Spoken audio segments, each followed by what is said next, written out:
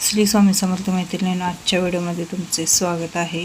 आणि आंघोळ वगैरे झालेले आहे. गरम पाणी पिलं मी, कोमट पाणी, आणि त्यानंतर चहा ठेवलेला आहे. श्री चाललेला आहे. हाय, शुभ सकाळ.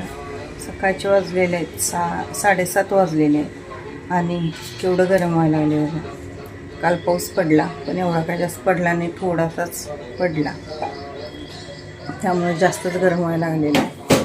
पाऊस पडला तर भरपूर पडायला पाहिजे, नाहीतर काय खरं नाही. चला, श्री गेलेले आहे तासाला. आज रविवार असून पण तास आहे त्याचा. शाळेतला फक्त आहे, ट्युशनचा काय नाही आहे. आणि आता लोटून वगैरे काढते, फरशी पुसते. फरशी पुसायचं 2-3 दिवस झालं म्हणते तर होईना झालं, त्यामुळं फरशी आधी पुसून घेणार आणि मग देवपूजेला लागणार आहे. काल हे झोपायला मिळालं नाही त्यांना, थोडं दुकानात काम होतं, त्यामुळे रात्री 12ला गेले, 8:30ला येणार. तर आपली फरशी वगैरे पुसून होती. चहा वगैरे झालेला आहे. आणि काल भागवतचं जे पारायण होतं ते निम्मं केलेलं आहे मी, आणि निम्मं राहिलेलं आहे.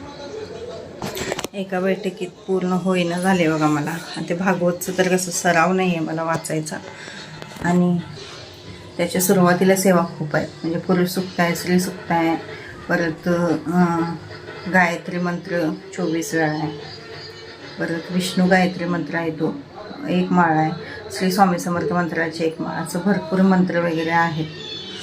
त्यामुळे त्यात थोडा वेळ जातो. आता काल निम्मं वाचले, आज निम्मं वाचणार आहे. जसं होईल तसं करणार. मला कसं व्हायला, एकसारखं बसले की पाठी दुखायला लागले वाचायला, त्यामुळे मी आता थांबूनच वाचते.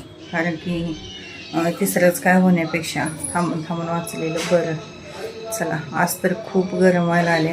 पूर्ण असं ढगाळ वातावरण आहे, तरीसुद्धा गरम आले. दाखवते मी वातावरण कसं आहे. वातावरण कसं आहे बघा. सर ऊन पण नाही आणि ढग पण नाही. आता जरा ऊन यायला लागले, पण येते जाते, असं एकसारखं काय राहत नाही. आणि मनी प्लॅन्ट बघा आपला इकडं कुठं जाऊन बसला आहे. सकाळी देवाची गाणी लावलीत मी, आणि 2-3 दिवस झाले मी फरशी पुसायची म्हणते, पण होतच नाही. आज ठरवलं फरशी पुसल्याशिवाय देवपूजा ही करायची नाही. आणि घरात आता कोणीच नव्हतं, म्हणून म्हणलं फरशी पुसूया. हे आलेले आंघोळ करत होते, तोपर्यंत म्हणलं आपण फरशी पुसून घेऊया. कारण की सकाळी झालं तर बरं वाटतं.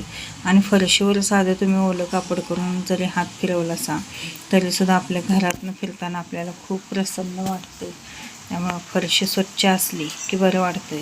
आणि त्यात घरात मांजर असल्यामुळं मांजर इकडं तिकडं फिरतं, आणि त्यामुळं कसं होतं तर त्याची केस वगैरे पडलेले असतात. त्यामुळं काहीही घरात पडलं तर मग ते उचलून वस्तू घेतली की मनात काही ना काहीतरी येतच. त्याच्यापेक्षा म्हटलं फरशी सारखी पुसली की रोजच्या रोज बरी पडते. पण रोजच्या रोज तर काय होत नाही.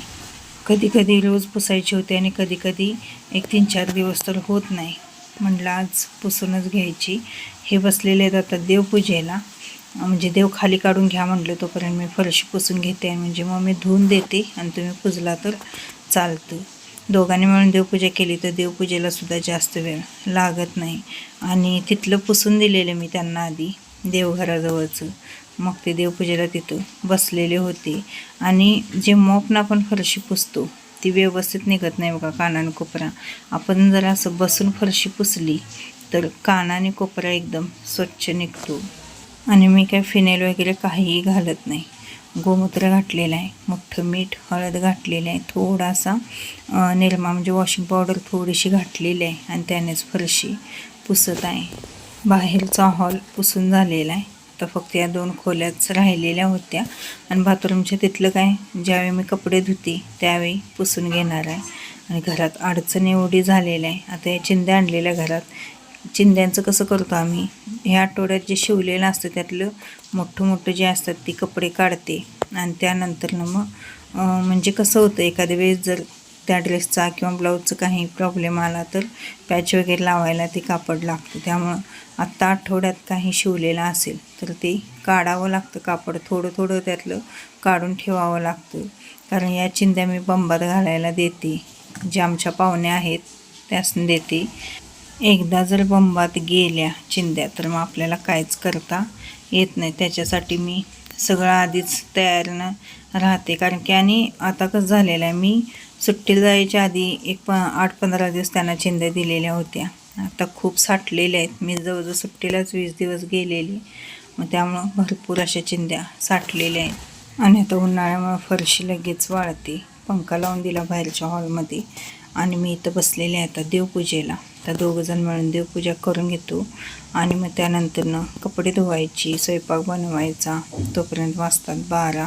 सेवा तर काय होतच नाहीत. आणि रात्रीची भांडी वगैरे मी रात्रीच घासलेली होती. अजिबात काय मी सकाळी ठेवत नाही, तरीसुद्धा सकाळपर्यंत. आणि आता देवपूजा झाली की चहा पिलेली 2 वेळा चहा होतो. परत देवपूजेची जी भांडी असतात ती पडतातच. आणि खरं घरात देवपूजा झाली की छान वाटतं.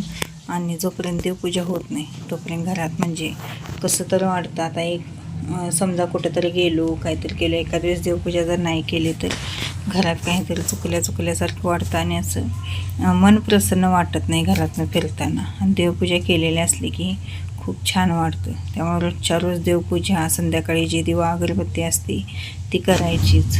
एकेकांच्यात तर सणावारालाच फक्त देव पूजले जातात, इतर वेळी देवपूजा ही करतच नाहीत. कसं काय म्हणजे त्यांना बरं वाटतं काय माहीत, पण आमच्या घरात तर तसं कधीच होत नाही.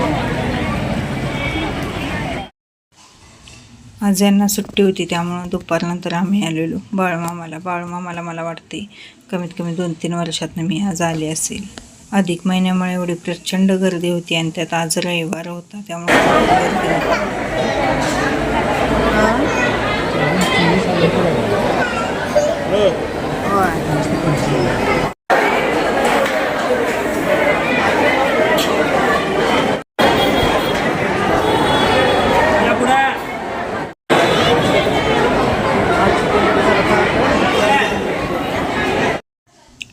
लांबनं थोडंसं शूट करून मी बाळूमामांचं दर्शन देण्याचा तुम्हाला प्रयत्न केलेला आहे. अधिक महिना असल्यामुळे सगळ्यांनी बाळूमामाचं दर्शन घ्यायचं आहे. दिसते बघी बोला बाळूमामाच्या नावाने डोके आले माझ्या.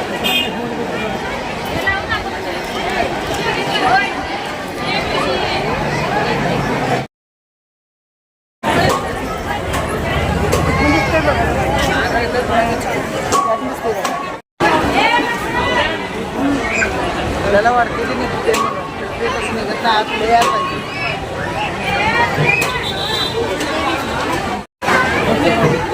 हे बघा कुठलाय काय दिसायला.